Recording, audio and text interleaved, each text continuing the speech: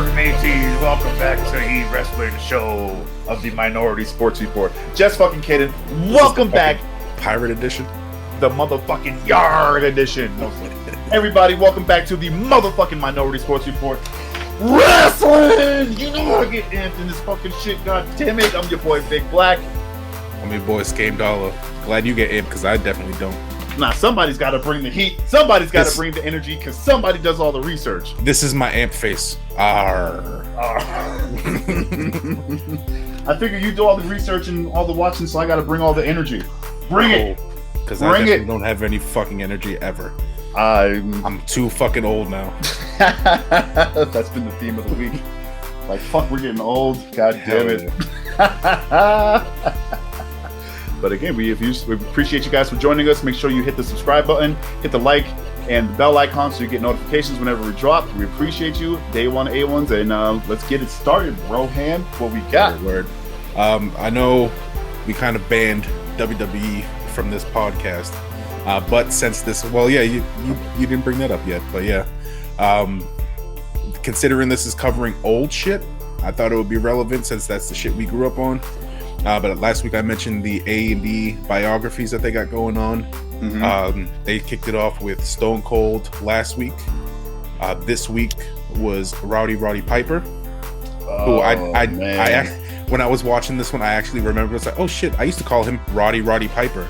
Yeah, Roddy, exactly. Yeah, I never said Roddy. I always said Roddy. But so that he was this week's, which was great. I mean, I was never a big Piper fan. But watching that, I have so much respect for that dude.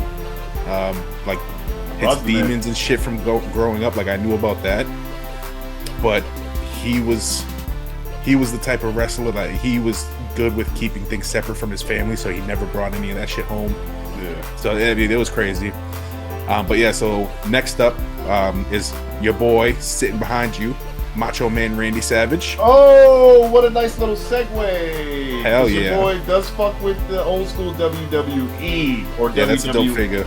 Yeah, this shit's tight. Little ring. I like how they have it posed in that box too for the collectors. That's dope. That shit's tight. Yes, you don't got to take it as out you the box. see, I'm an action figure collector, and I hate the generic poses that they put them in those fucking boxes. They've been getting better with that shit. Yeah, that's a dope one. I like that. And the ropes and shit. Yeah, it's like pretty nice. It's pretty nice. I don't know if I'll take it out the box. I definitely wouldn't. Yeah, I'm probably not. What's the point? And as you can see, I love taking shit out the box, but that I wouldn't. But yeah, so like I said, next Sunday is gonna be Macho Man Randy Savage's episode. And then we still got, I'm not sure what order they're coming in, but I believe Booker T is the next one. Oh, that'd be nice to watch. I don't know too I much believe about that's him. I believe he's the next one after the Macho Man. And then, like I said, I'm not sure the rest of this order, but it's Shawn Michaels, Bret Hart, Mick Foley, and the Ultimate Warrior are all getting biographies on A&E. That's tight. Yeah, and they're all about an hour long. Definitely recommend watching the Stone Cold and Roddy Piper one. I'm assuming the Macho Man one's going to be dope too. So yeah. When do they air? Or are you watching them Sunday on nights? No, I watch it on Mondays if I'm not, depending on what I'm doing Sunday. I usually watch it while I'm working on Monday. Mm-hmm. But gotcha. I mean, it's Sundays at, I believe, 8 p.m. Eastern. Okay. But yeah, you could if you just like Google the documentary, it's on the A&E site for free. Oh, you don't have to have a cable subscription or anything like that. Like you literally just jump on the site and watch any of them. And while I was looking those up, after I watched the Roddy Piper one, I was trying to get info on the rest of them. I came across another WWE show that they have on there. It's called Most Wanted Treasures. Basically, it's like Storage Wars meets Pawn Stars. So what it is they Triple H and Stephanie send out like a development wrestler who's like a historic, like knows all the history of wrestling, and they have a historical like archive warehouse where they keep all kinds of props and like Undertaker's caskets, people's costumes, like everything you could think of is in that thing. But there's stuff that they don't have because they give it away for charity. They throw it into the crowd and shit like that. And they kind of want them back because it looks like they're trying to open some kind of either a traveling museum or like a real brick and mortar museum or something. That's It seems right. like that's what they're going for. The very first episode was Mick Foley, and he was on the search for the original Mr. Sacco. Oh Um, wow. yeah. So apparently there were two versions, one made by one of their prop guys who he used on every televised and pay-per-view. And then there were the house show ones that Mick Foley would do. He said those ones are nothing. The one that you want is the one from the prop guy. So they were able to find that. And then they Wow. wanted the original Cactus Jack flannel vest that he wore when he Oh. debuted in WWE. Yeah. Second episode. Oh, and in that one, like they had to the dude who had the Cactus Jack flannel didn't want to give it up. So they had to like entice him with money and a tour of the warehouse and shit like that. Triple H wasn't happy about giving the tour of the warehouse. It was mad funny. But yeah, yes, but you're a rich dickhead to people all the time, so fuck you. I definitely think it was. The... I definitely think it was for the show. Like I think he didn't really care, but it was funny TV because he definitely has to play a character for sure. Yeah. Yeah. But it was funny. Like after they showed it, they didn't show him on camera, but you hear the audio like his mic's on. He's like, "Fucking Mick Foley." God damn it, Mick. And then in the second episode, it was Undertaker and Kane. So in that one, they were looking for Undertaker's original black and purple outfit. Oh, damn. Yeah, that's the throwback with the Kung Lao hat. Keeping it Mortal Kombat theme, boy. They were looking for the urn that Paul Bearer used when he turned on the Undertaker and teamed up with Mankind. I don't know if you remember that. He smashed Undertaker with the urn. Was it like all full of dust and like white powder? No. I think they like sealed the cover so it didn't come apart. Okay. Yeah. I mean, I'm sure I watched it. I just don't remember. Yeah. So they were looking for that. They were looking for Kane's original mask when he first debuted. And then that was the best one. And while they were looking for that mask, this stuff, other than the urn, everything was in their personal storages. So like Kane had his in his attic. Undertaker has a storage unit that he has all his shit in. Okay. So yeah, they found all that shit there. But while Kane was looking for his original mask, he found his first character's costume when he was called the Unabomb. And I guess that was the first time he wrestled the Undertaker in a different promotion. It was like a cross promotional thing. So that's why they were like, "Yo, we kind of need this too." And Kane ended up getting $10,000 for his mask and the costume, and he donated it to a hospital where the town that he's a mayor in. Yeah, I think it's he's in politics, Tennessee or some shit like that. Good old Kane. Very interesting. And next week, I believe, is Jerry the King Lawler. So I'm assuming they're probably going to look for some kind of crown, which has always been his gimmick. Yeah, it's an interesting show. So check this out though. There's also, I don't know if you know this, there's a super sidebar. There's a Disney Plus show called Prop something. God damn it, I can't think of the name. But it's the same shit, but with like old Disney movies. So they try to find like original costumes and shit from like Mary Poppins and all that crazy shit. Or it's pretty tight. I do like shows like that. Yeah, I'm on history. It's pretty cool to see all this old stuff. Like while they were looking for Undertaker stuff, I don't know if you remember when he broke like his orbital bone, he had like a Phantom of the Opera style mask. That I went, do like, remember that. His face. Yeah, they came across that. They ended up bringing that for the warehouse. That's fucking that was thrown in there. And yeah, Undertaker gave all that on the sleeve. He was like, "Yeah, you could take it. I know you guys gonna take care of it." But yeah, Kane was like, "I want 10 grand." That's how you do it. Check baby. those out. Some good WWE television that we can get behind. Yeah, because I hate the modern WWE product. I loved WWF. I grew up watching that shit. I stopped watching it probably like 2000, 2001, like early 2000s when I completely stopped watching wrestling as a whole. And then I just jumped back in with, obviously, you too, with AEW. You know, saw New Japan here and there, but I couldn't tell you any wrestlers. I would always watch Raw for like 15 minutes, like once or twice a year, and it would drive Jess crazy. She's like, "Are you seriously watching this shit?" I'm like, "Yo, I just got to see what it's like now." And, you know, obviously we don't watch that shit. So anything WWF or old school WWE, like I'll get behind that shit 100%. That's the only way WWE will get my money. Is from like that old school shit. So yeah, that's fucking tight. Yeah, fucks with it. Fucks with it. I say let's jump into some New Japan. Since Impact had the pay-per-view, we'll save them for before AEW, I guess. Yeah. So New Japan on the Japanese side, Excuse me. they are on the road to RASSLIN Dontaku That's 2021, right. which is English going to and be Japanese. Monday, May 3rd. So they've still, I believe there's maybe 2 or 3 events this week leading up to it. And then, Monday will be RASSLIN Dontaku, so I'll actually cover the matches from that event. Doug, this schedule is crazy. Yeah, they go hard, man. There's April like 3 or 10th, 4 days a week. April 11. Oh, hold on. April 13. Mm-hmm. April 15, April 16, April 18th, April 19th, April 20th, April 22nd, April 23rd, April 24th, April 26th. Dog, that is why do you think crazy. I said I'm not going to cover all the road shit? I know. It's I'm too just much. like, it's a lot. And then they have another one today, which is probably just not on this website yet. Like, that is fucking crazy. Yes. And then after RASSLIN Dontaku, tomorrow. Excuse me. I believe there's another event. I think it should be yesterday from Wrestling Grand Slam. Yeah, or something, which they actually just announced today. They have to cancel 3 of the Road 2 events for that one because of the state of emergency in Japan. Oh, shit, yeah. So, the next Road 2, I believe it's Wrestling Grand Slam. That one's going to have a few canceled events. I'm not sure if they're going to make it up. I just seen the announcement that I think it was 3 events got canceled so far. Damn, that's crazy. Yeah. That's crazy. But on the New Japan USA side, we had New Japan Strong. This was the New Japan Cup USA 2021 finals. That was obviously the main event match. They kicked this off with Team Filthy, which is Tom Lawler's crew, the MMA dude from Boston, who is in the finals.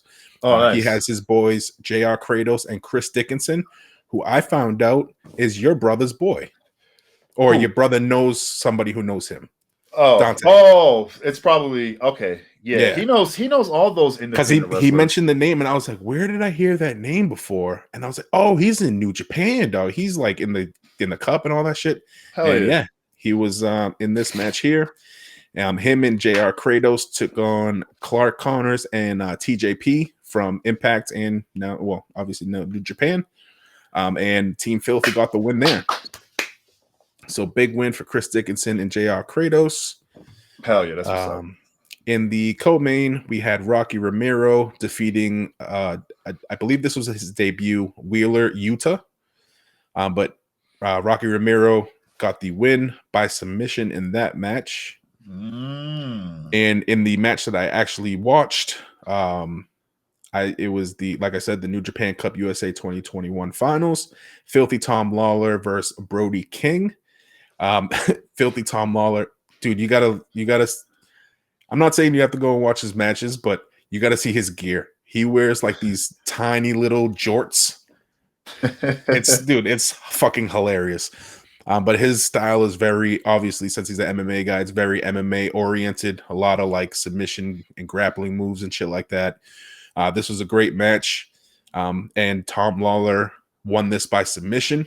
He choked out Brody King with the rear naked choke, and he is now the new first New Japan Pro Wrestling strong open weight champion. That's like NASCAR levels of confusion, bro. Yeah, seriously. After the match, he was kind of giving an interview, and he was like, "This is the time when somebody would come out from backstage and challenge me to a match." They kind of waited, nobody came out, and that's when Chris Dickinson, the dude we just mentioned, your brother's boy or somebody he knows, I'm sure he knows him. He took the mic and challenged Tom Lawler to a surprise of his boy JR Kratos and Tom Lawler. So we'll see. I don't know if that's going to be this coming week or whatnot, but looking forward to seeing that match. Hell yeah.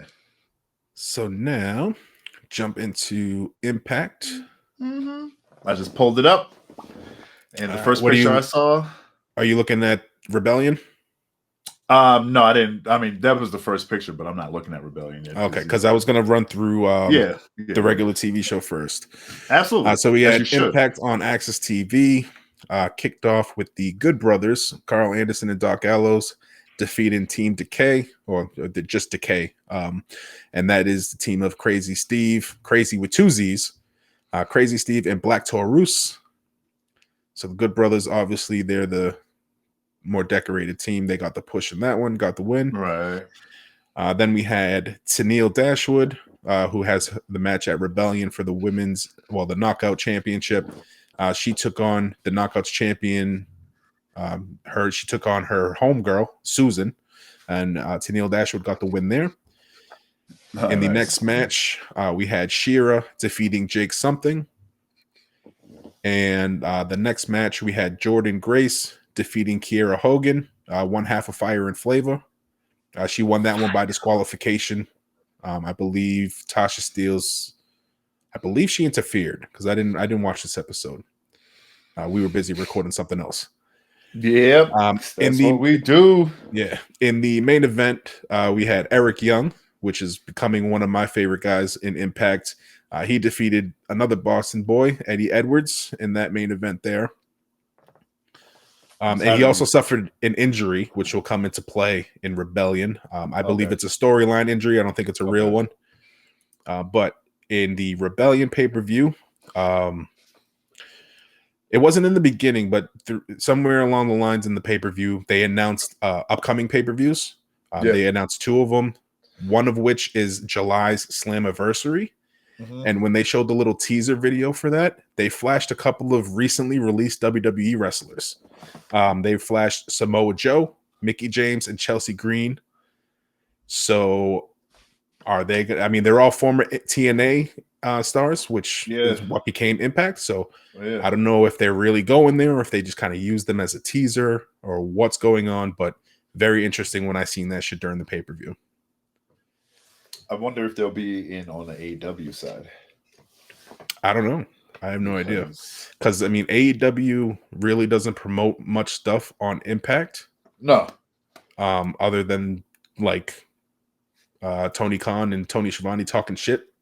Right. Like, that's about it. So, yeah, I don't know, man. It was interesting to see, especially since they had the, like, no compete clause since they just got released. Exactly. Yeah. How long is it? 90 days? 90 days. Okay, yeah. 90 days. Yeah. And they were released, what, last week? 2 weeks ago? Yeah, about 2 weeks, yeah. Yeah. More than that. So, yeah, it was crazy. When I seen it, I was like, what the fuck? But yeah, we'll see what happens in the coming weeks. See if any announcements happen. But the pay-per-view actually kicked off with the X Division Championship. It was a triple threat match. And like I said before, any of these X Division matches are amazing. We had Josh Alexander and TJP challenging the champion Ace Austin. And like I said, fantastic match. And my boy Josh Alexander got the win. He hit his divine intervention and got the pin. And he is now the new X Division champion. That's fucking tight. Yeah. Oh, fun fact. The reason he wears those wrestling earmuffs, not because he's like an amateur wrestler. I guess he almost had his ear ripped off in a match. So now that's why he wears those. Whoa, yeah. He almost got the Mankind. Oh, shit. Oh, yeah. All right. Yeah. Pretty brutal. Hold on. We're good. Are you feeling to make sure they're still there? Yeah, dog. We good. Damn, dog. That's fucking brutal. Yeah. That is fucking awful. Yeah, that's smart, though. Cool. Yeah. Excuse me. And in the next match, we had Violent by Design taking on the team of James Storm, Chris Sabin, Eddie Edwards, and Willie Mack. Like I said, Eric Young suffered an injury. I don't know how real it is in that match with Eddie Edwards. So in this match, he had a hand-picked person to replace him. And when Violent by Design came out, Rhino, Diener, and Joe Deering went to the ring, and then Eric Young called out his replacement, which turned out to be someone named, they gave him the name W. Morrissey, which is a wrestler named William Morrissey, formerly known as Big Cass in the WWE. Oh, Big Cass. Yeah. So he is now tall white dude with long blonde hair. Wow. And he came out of the WWE? Amazing. Yeah. But yeah, so he made his Impact debut, and basically beat the shit out of everybody and gave Violent by Design the big win in the 8-man tag. It's a good match too. Excuse me. That one hurt. Yeah, it did. I sometimes 8-man tags can be too much. Like they really can be. Yeah, it can be a little too much, but this one was well done. At least on the AEW side, like I feel like it's been a pretty decent balance. So I'm assuming they're taking notes from that shit because it is the better program. Yeah, they're probably sharing notes and shit like that, helping each other out with the partnership. Yeah, it seemed like the most logical thing to do. Hell yeah. In the next match, we had former best friends taking on each other. We had Brian Myers taking on Matt Cardona, which has been like weeks in the making with these two. Brian Myers finally got the eye patch off, so he now has two good eyes. And during this match, Cardona, I don't know if it was storyline for the match or if he actually hurt himself and they just went along with it. But he tried to go for like a jumping move over Brian Myers, and when he came down, it looked like he tweaked his knee or like his knee, and that kind of played into the match. Brian Myers pretended to have like concern for his friend being hurt, and like he helped him up and ended up attacking Cardona, taking advantage of the injury, and then hit his roster cut finisher for the win. So Brian Myers got the win over his former best friend Matt Cardona. Matt Cardona, he's a nice wrestler. Yeah. Formerly, what was his name? Zack Ryder, I think it was in WWE. Oh shit, you got me on that one. I think that's what it was. Next up, we had the Impact Knockouts Tag Team Championship. This one we had Fire and Flavor, the champions, taking on Jordynne Grace. And since her former tag team partner Jazz has retired, they've replaced her with Rachel Ellering, who is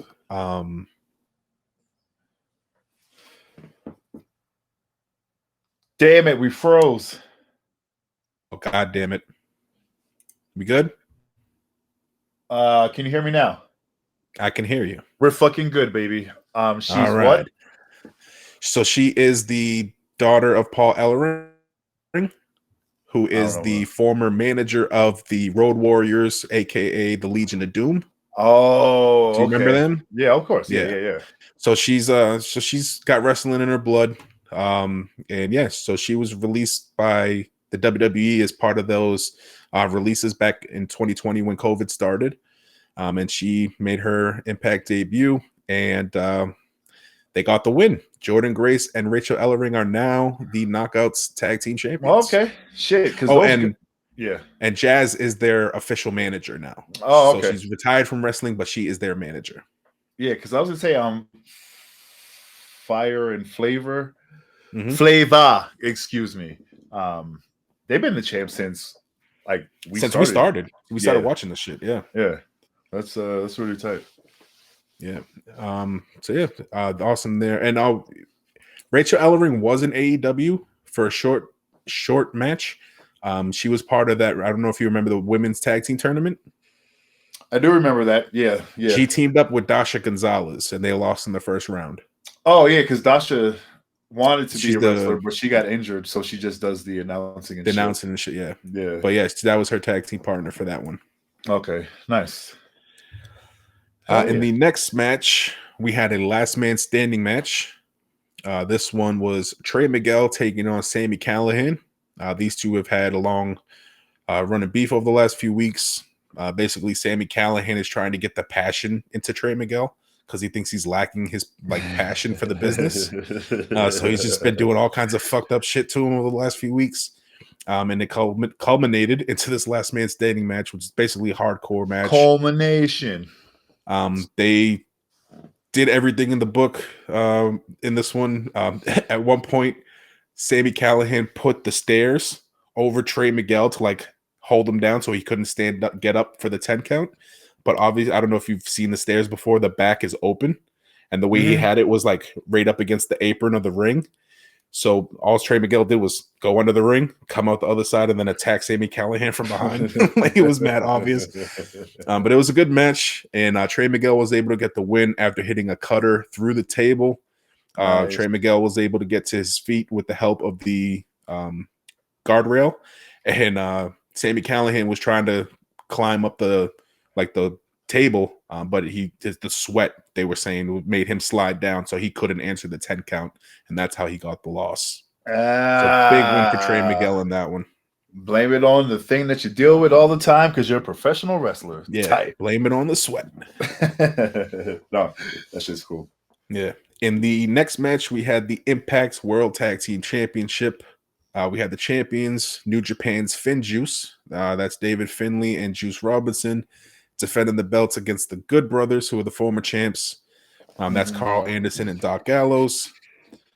This one was a good one. The Good Brothers were close to getting the win in this one. They were setting up for their Magic Killer, the finisher that they do on Juice Robinson.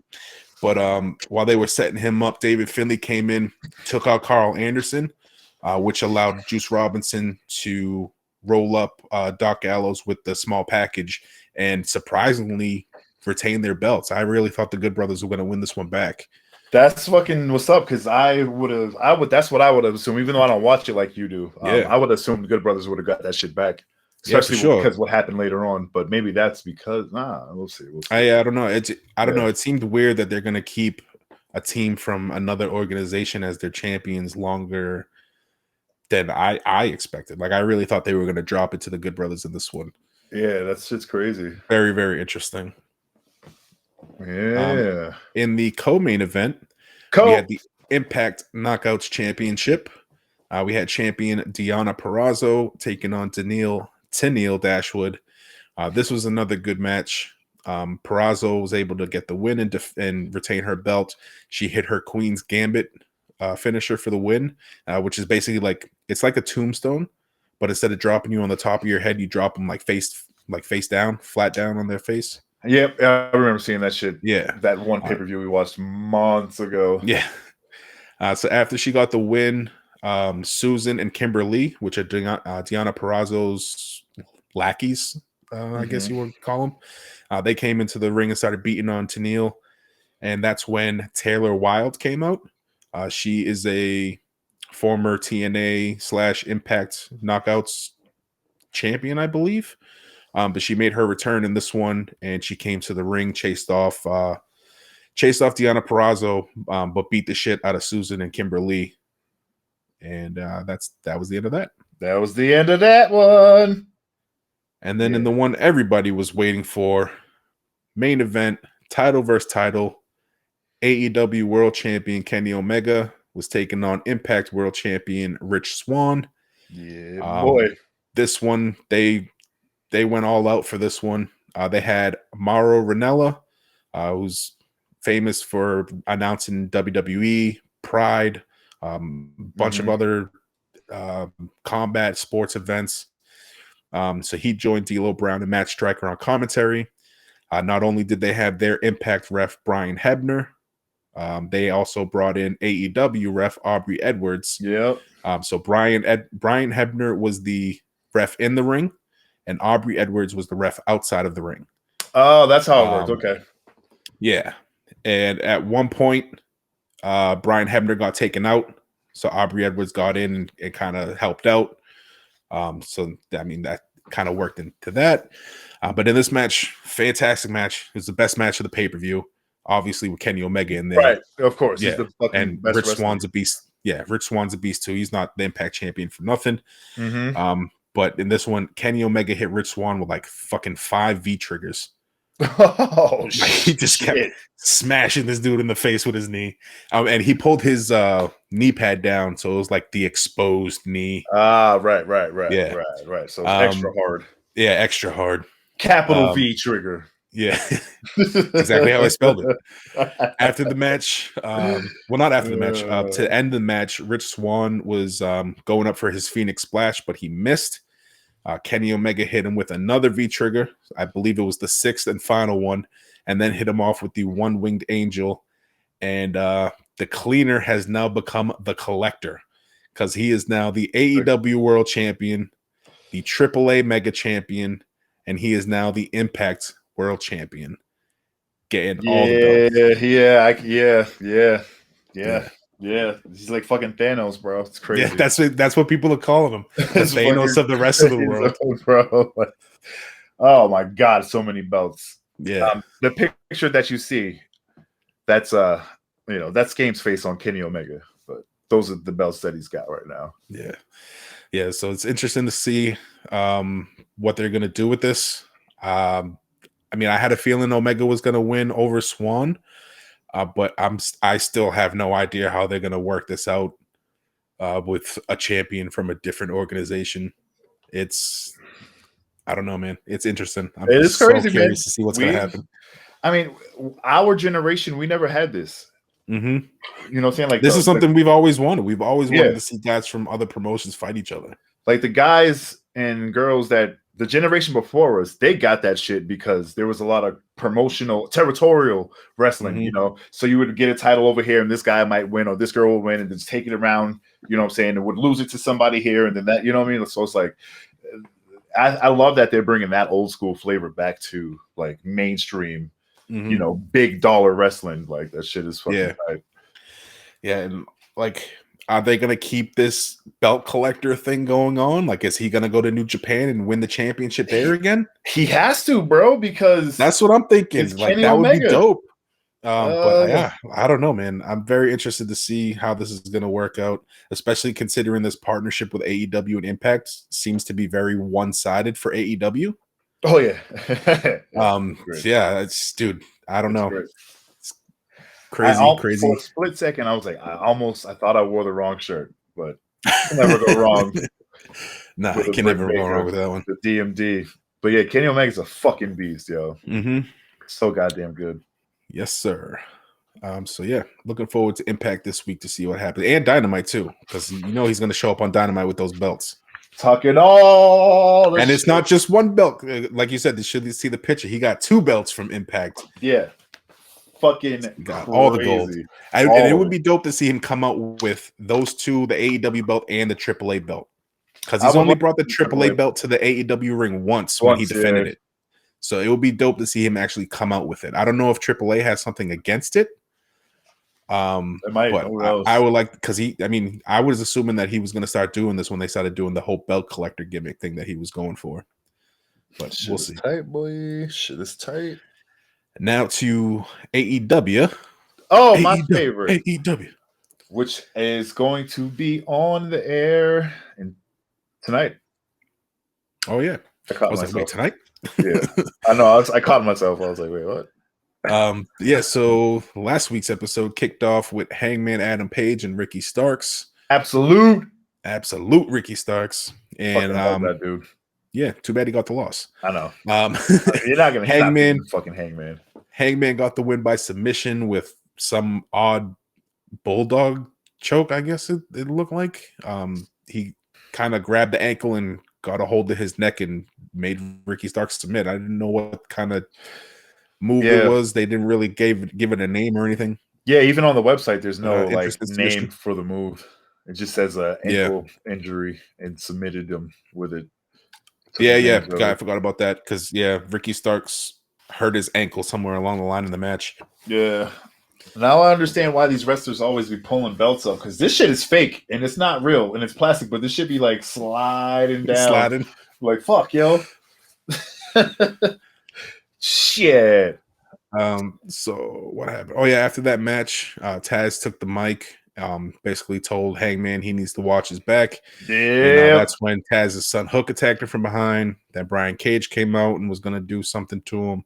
But the Dark Order came out to save Hangman and chase off Hook and Brian Cage. Little mini team Taz. Yeah. And Ricky Starks. Yeah. They kind of dragged him out of the ring. On the next match, we had Penta El Cero Miedo taking on Trent. I don't know how to say it now. They got a question mark. With Alex Abrahantes. Oh, yeah. Penta's fucking translator. Translator hype man, dog. That nigga's on. I'm jealous, bro. I wish I spoke that Spanish because I'd be fucking amped too. I'm like, yo, he's sweating like he's wrestling, bro. It's so tight. But he's in it. He did kind of get involved in this match. Yeah, he did. Causing a little bit of a distraction, but Penta was able to get the win. He hit Trent with a package pile driver. And got the big win there. good match. Always a good match with Penta. Yeah, he needed that win though because he just came back. Trent. Yeah. Mm-hmm. And next up, we had my girl versus your girl. We had AEW Women's Championship on the line. It was Hikaru Shida taking on Tai Conti. And great match. Yeah, great match. These girls went at it. Yeah, I mean, I don't know what else to say other than it was a great match. Shida, she has been, as of Wednesday, the women's champion for 333 days. So it'd be 340 days coming up this Wednesday, which would be, that's fucking nuts. Yep. She's almost at the year. She's almost at the year mark, bro. Almost. That's crazy. Almost. I know. Almost. And yeah, it's gonna continue because Hikaru Shida got the win. Too bad for my girl Ty, but she put on a hell of a show. Yeah, she did. But Shida was able to hit Conti with a fireman's carry into a backbreaker, and then hit her with a big knee to the face. Yeah, it was a good one. After Shida got the win there, Dr. Britt Baker came out and pointed to the screen and revealed that she is now the #1 contender for the AEW Women's Championship. Yeah. So I don't know when that match is going to happen, but we will be getting Hikaru Shida versus Britt Baker very, very soon. Oh. And I really hope Britt gets the win.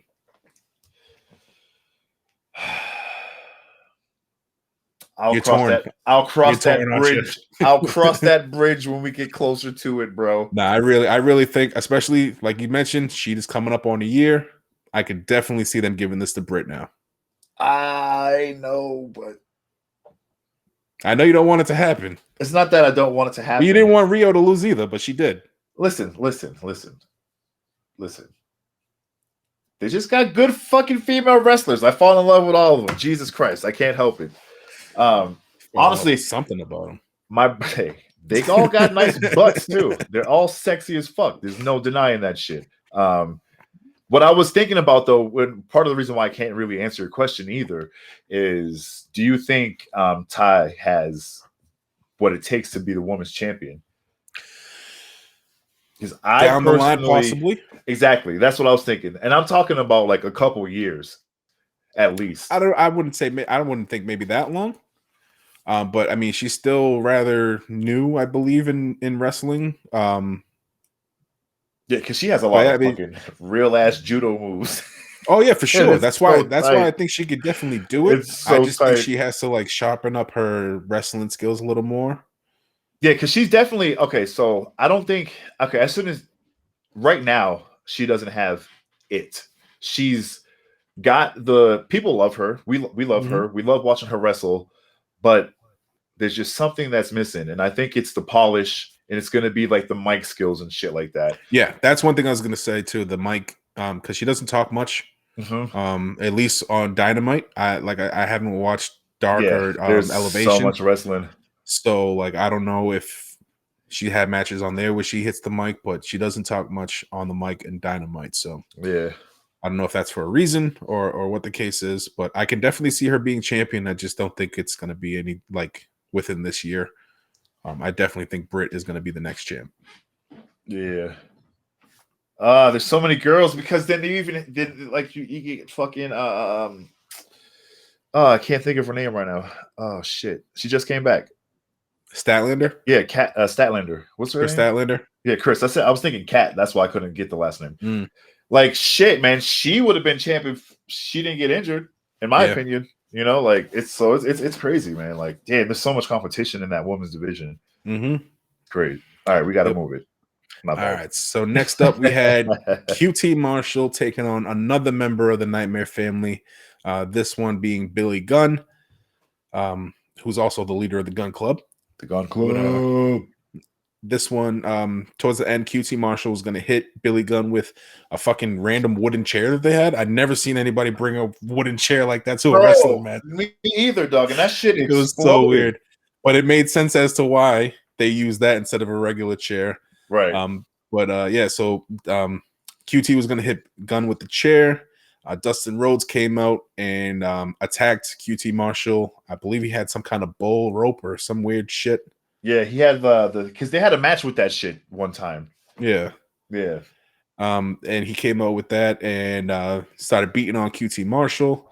And as he picked up the same wooden chair and was going to hit QT with it, that's when QT, his faction with the factory, one of his boys, Anthony Agogo, the Olympic boxer, jumped up onto the apron and kind of distracted Dustin.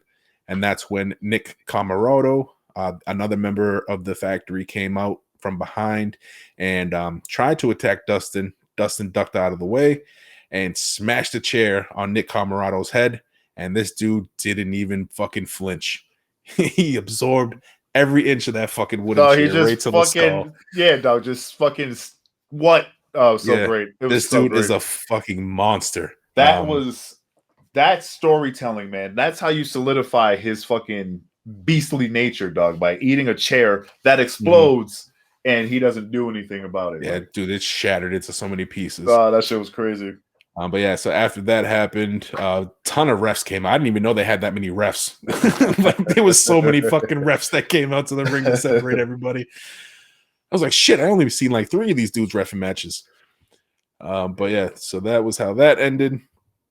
I started getting back into the not talking about the interviews and shit like that, but I did want to bring up this John Moxley, Eddie Kingston thing. Yeah. This is like this. Yeah, this is worthy. Yeah. Well, I mean, it didn't really do much other than I don't know. So basically they showed the Elite's trailer. Earlier in the night, they showed the Elite hanging out in their trailer and shit like that. This point that I'm talking about, they showed John Moxley and Eddie Kingston in the pickup truck. And they drive said pickup truck into the Elite's trailer. And then they go into the trailer basically looking for the Elite, ready to fuck them up. But nobody was in there. And they just kind of run off. Funny thing, when they were leaving, remember when Moxley threw the steel pipe through the window? Yeah. And he almost hit Eddie Kingston with it? He was like, the fuck? That shit was mad funny. You gonna let me get out of the way? Fucking, yeah. Yeah.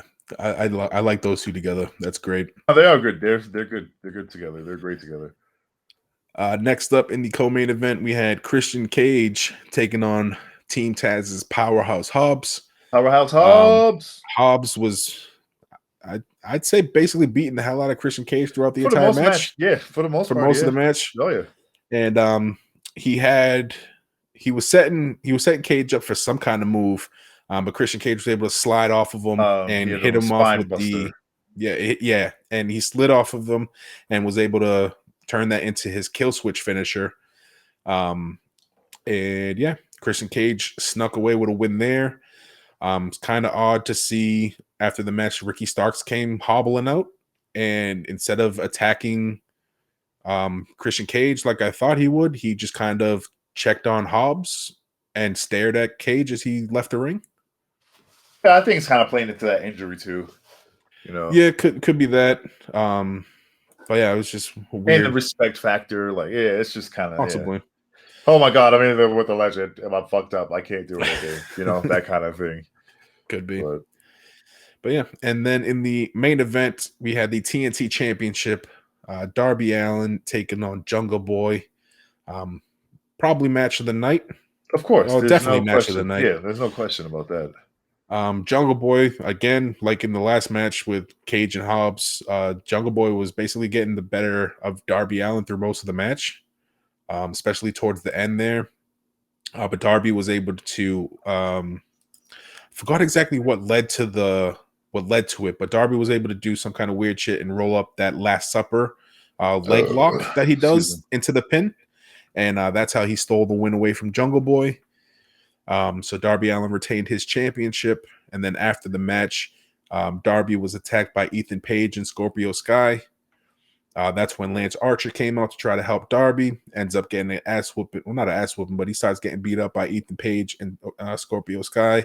And then Sting came out and chased them off because they don't want to kill Sting. Right. Right. We're not trying to kill him. We need to keep him alive for as long as possible. because he's still a draw. Yes, sir. And I believe Excuse me. Darby's challenge this week, I think he's facing 10 of the Dark Order. Hold on, I can pull it up real quick. Yeah, I think that is what I seen announced. Let me stop getting fucked up. Pull it up. Because he still got that open challenge to anyone. This is Blood and Guts. No, that's next week. No, that's this week coming up. No, that yeah, I believe that's this week. No, it isn't, because that's no, it's the following week. My bad. I fucked up. I'm trying to pull up the to see here. There's the rankings, blah blah blah. Oh no, I got it right here. Good. Darby Allin at 10. Okay. 1 day ago. Thank you. It was on SB Nation. Yeah, you're faster. I'm trying to go through the actual website and shit. Tight. Oh no. Never go through the websites, man. Never. Google's way faster. Never go through the websites, man. He's telling me this shit. Yeah. Like, I don't know how to use the internet. Lots of wrestling, lots of interesting shit going on with this whole glass door shit. I just try to get the website's hits. That's all, family. All right. If you say so. Yeah, just trying to get them hits, them clicks, them click-through rates up. You know what I'm saying?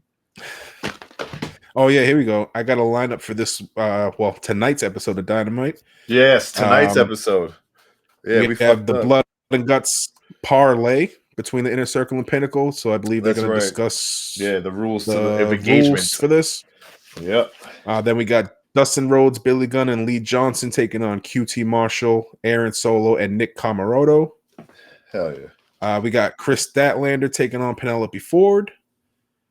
We got a World Tag Title Eliminator. The Young Bucks are taking on the Seidel Brothers. And we got Orange Cassidy taking on Pentagon. Nice.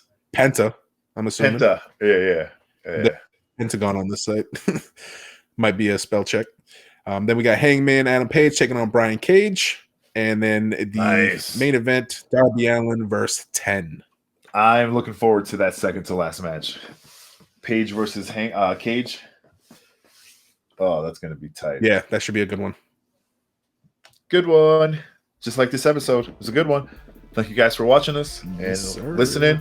Oh, actually, you can only watch this because we don't do audio episodes of this one. Just exclusively on YouTube. I should start putting that exclusively on YouTube because you can only find it on YouTube. Like, nobody uses fucking YouTube.